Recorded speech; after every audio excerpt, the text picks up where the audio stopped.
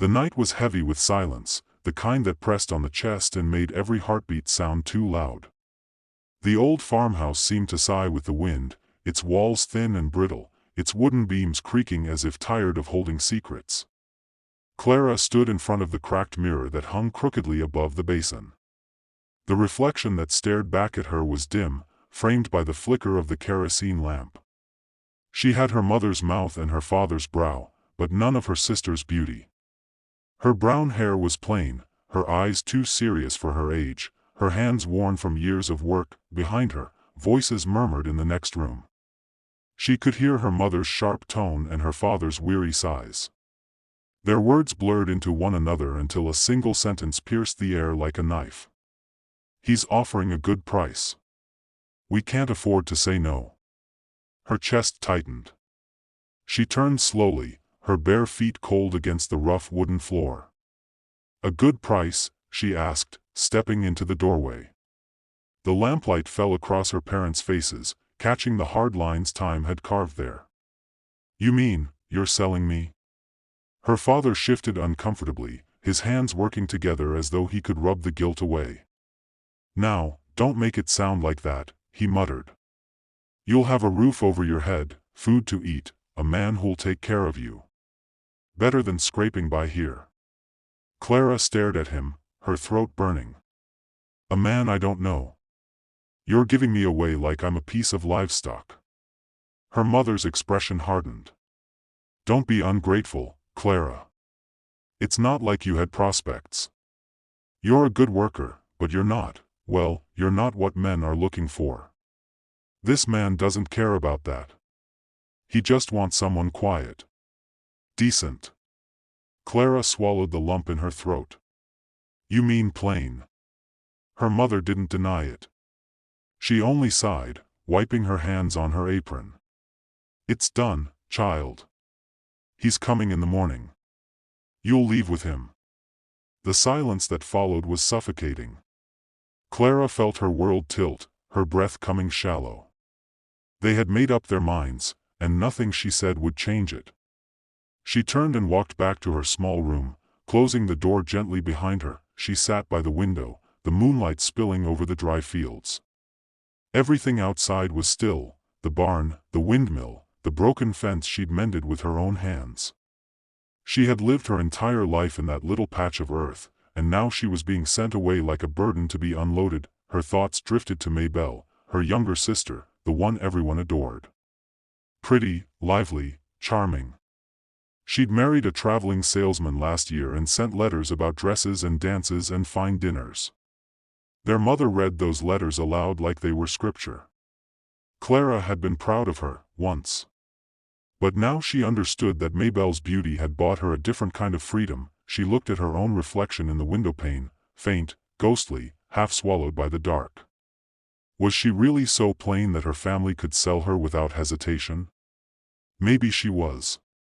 Maybe she had always been invisible, useful only for the chores and the silence she kept. When dawn began to stretch across the horizon, she hadn't slept at all.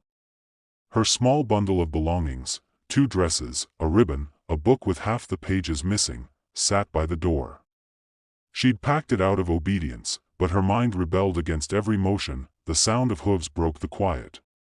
A shadow grew against the light of morning. Clara stood at the window, her heart thudding. The man who rode up wasn't what she'd expected. He wasn't old, nor cruel-looking, but there was something distant about him, something unbending. His coat was dark, his hat pulled low, his boots polished but dusted from travel. Her father stepped out to greet him, bowing his head slightly as though in the presence of someone important. "Mr. Cole," he said, forcing a smile. "Glad you made it. She's ready." The man dismounted slowly, his movements measured. He looked around the yard, the broken fence, the sagging porch, the thin chickens pecking at the dirt, then turned his gaze to Clara. For a long moment, he didn't say a word. His eyes, sharp and searching, met hers and held them there. She felt exposed, as though he could see everything she was trying not to show, the fear, the anger, the sorrow. "So this is the girl," he said quietly. Her father nodded quickly. "A hard worker, Mr. Cole." Doesn't complain, keeps to herself. You won't have trouble from her. Clara's stomach twisted. She wanted to scream that she wasn't a mule, that she had thoughts and dreams, but her voice wouldn't come. The words were trapped somewhere deep inside her chest. Everett Cole, she'd heard his name before. The richest rancher in 3 counties, owner of more land than anyone could see in a day's ride. Some said he was widowed. Others whispered he was cold as stone. Whatever the truth, it didn't matter. He was the man who'd bought her. He studied her a moment longer, then said, "Pack your things. We leave now." Her mother stepped forward with a faint smile that didn't reach her eyes. "You'll do just fine, Clara. Be good to him." Clara nodded numbly, picking up her small bundle. When she stepped into the wagon, her hands trembled, though she forced them still. The wheels creaked as they rolled away from the farmhouse. She didn't look back at first, but when the distance grew, she turned to see her parents standing in the doorway, already smaller than she remembered them. Her mother had an arm around her father's shoulder, and for a fleeting moment, Clara wondered if they felt guilt, or only relief. The road stretched before them, long and dusty. Everett rode beside the wagon on horseback, his posture straight, his face unreadable. They traveled for hours without speaking, the rhythm of hooves and wheels the only sound. Finally, as the sun climbed higher, Clara dared to break the silence. "Why me?" He glanced down at her, one brow lifting slightly. "Why you what? Why did you buy me?" The word tasted bitter. His gaze returned to the horizon. "Because they said you wouldn't talk much." Her heart sank. "So that's it, then." A pause. Then his voice softened, almost too quiet to hear. "But they also said you had no spirit." "I don't believe that." Clara looked up, startled. For the first time, she saw something human behind his calm exterior, an echo of understanding, maybe even pain. The silence that followed wasn't heavy anymore. The wind shifted, carrying the scent of wild sage and dust. The plains rolled out before them in shades of gold and brown, endless and alive, and though she didn't know what waited for her at the end of that road, for the first time, she felt something she hadn't felt in years: hope, fragile but real, flickering like the first flame of dawn. The days passed slowly at first, each one blending into the next, marked only by the rising and setting of the sun. The Cole ranch was vast, stretching far beyond what Clara could see from the porch. It was a place of wind and silence, where the horizon seemed to go on forever. The first morning, Everett had shown her the house, simple, sturdy, built of cedar and stone. It was too big for one man, and yet everything inside was tidy, orderly, cared for with the same quiet precision that seemed to define him. That he gave her no instructions, no demands. "You can use any room you like," he said as he set his hat on a peg by the door. "The kitchen's stocked. Do what you please." She had expected rules, perhaps even cruelty. Instead, she was met with indifference, or so it seemed. He spoke little, ate even less, and spent his days out in the fields or in the stables, working alongside his ranch hands. He never raised his voice, but when he gave an order, it was obeyed without question. There was something about the way he carried himself, solid, unshakable, that drew both respect and distance. Clara threw herself into work. It was what she knew best. She cleaned, cooked, tended the garden, and fed the chickens that roamed freely near the barn. The ranch hands treated her politely but kept their distance, perhaps unsure of who she was, a wife, a servant, something in between. The days began to fill with small comforts: the smell of bread baking, the sound of horses neighing in the fields, the warmth of sunlight streaming through the windows in the late afternoon. But loneliness clung to her like dust. Every night, she'd sit by the window in the small room she'd chosen, watching the stars spill across the sky. It was quieter here than anywhere she'd ever been. Sometimes she could hear Everett moving downstairs, pacing, the faint creak of floorboards beneath his boots. She wondered what kind of man he really was. The one her parents had sold her to. It wasn't until the third week that something shifted. She was in the barn early that morning, struggling to lift a bale of hay when his voice startled her from behind. "Careful. You'll strain your back doing it like that. She turned quickly. He stood in the doorway, sleeves rolled up, the light cutting across his face. His eyes, usually cool and unreadable, softened slightly as he watched her stubbornly try again. I'm not helpless, she said, breathless. I didn't say you were, he replied, stepping forward. He took the bail from her hands with one easy motion and set it down. You just don't know the trick. He showed her how to use her legs instead of her arms, how to shift her weight and balance her body to lift without strain. When she tried again, she managed it easily, surprising herself. She glanced up at him, a small smile tugging at her lips. I guess I needed teaching. Everett met her gaze for a long moment. Most people do, he said quietly, then walked out before she could think of a reply. That night, when she brought supper to the table, he paused before sitting down. You don't have to cook for me every night, he said. I like to, she answered simply. It gives me something to do. He nodded slowly, his eyes lingering on her face before he looked away. Then thank you. After that, things began to change in small, unspoken ways. He started joining her for meals, though their conversations were brief. She began to notice how his eyes softened when he looked at her, how his voice dropped slightly when he spoke her name.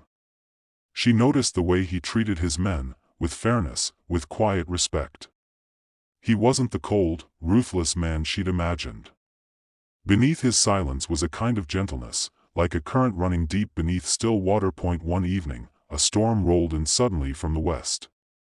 The sky turned dark, the wind howled through the valley, and rain came down in fierce sheets. Clara rushed outside to bring in the laundry she'd hung earlier, her dress plastered to her skin by the downpour. As she struggled with the line, a flash of lightning lit up the sky, and then strong hands caught her shoulders. Are you trying to get struck by lightning? Everett's voice was rough with concern. I can't leave it out here, she said, breathless, water streaming down her face. That he took the wet bundle from her hands and pulled her under the porch roof. For a moment, they just stood there, soaked, the rain pounding the world around them. His hat dripped water down his back, and his eyes, when they met hers, were dark and searching. You're stubborn, he said softly. So are you, she shot back. His lips twitched in the faintest ghost of a smile. Fair enough. Something passed between them in that brief silence, a warmth that had nothing to do with the fire inside. She looked away quickly, heart racing, unsure what she was feeling. The storm lasted all night. They sat by the fire afterward, drying their clothes, both too aware of the quiet between them. She noticed the scars on his hands, the faint lines around his eyes. He wasn't young anymore, but there was something steady about him, something safe. Everett, she said finally, the name strange and intimate on her tongue. Why did you buy me? He didn't answer right away. The fire cracked softly. Because, he said at last, I saw a girl who'd lost everything but still stood with her head high. I saw someone who wouldn't break. Her throat tightened. And that was worth money to you? His eyes lifted to hers, steady and clear. No. That was worth saving. The words hit her like a soft blow, taking the breath from her chest. She wanted to speak, to thank him, to tell him how wrong she'd been about everything, but she couldn't. The words tangled in her throat. That I and the days that followed, the silence between them became easier, filled with small gestures and unspoken understanding. He brought her coffee in the mornings. She mended his torn shirts without being asked. Sometimes they rode out together across the plains, the wind tangling her hair as the sky opened wide above them. One evening, as the sun dipped low and the world turned gold, they stood by the corral watching the horses run. The light caught her hair, turning it almost copper. Everett stood beside her, his hands resting lightly on the fence. They said you wanted a wife, she said softly. I didn't, he replied. I wanted someone honest. Someone real. She looked up at him, her heart fluttering. And what am I to you now? He turned to her then, the wind brushing against them both. You're the only thing on this land that makes it feel like home. Her breath caught. For the first time, she saw no distance in his eyes, only warmth, deep and steady. He reached out, brushing a wet strand of hair from her face, his touch gentle. "You're not plain, Clara," he said quietly. "You never were. You're the only face I want to see for the rest of my life." She didn't answer with words. She just stepped closer, the soft wind carrying the scent of dust and rain, and rested her head against his chest. For the first time, the ache inside her was gone. The woman who had been sold for being too plain now stood in the arms of the man who saw her as something rare, something eternal. The ranch stretched wide and endless around them, and though the world was still rough and wild, she knew, deep in her bones, that she would never again belong to anyone but herself, and the man who had loved her enough to let her be free.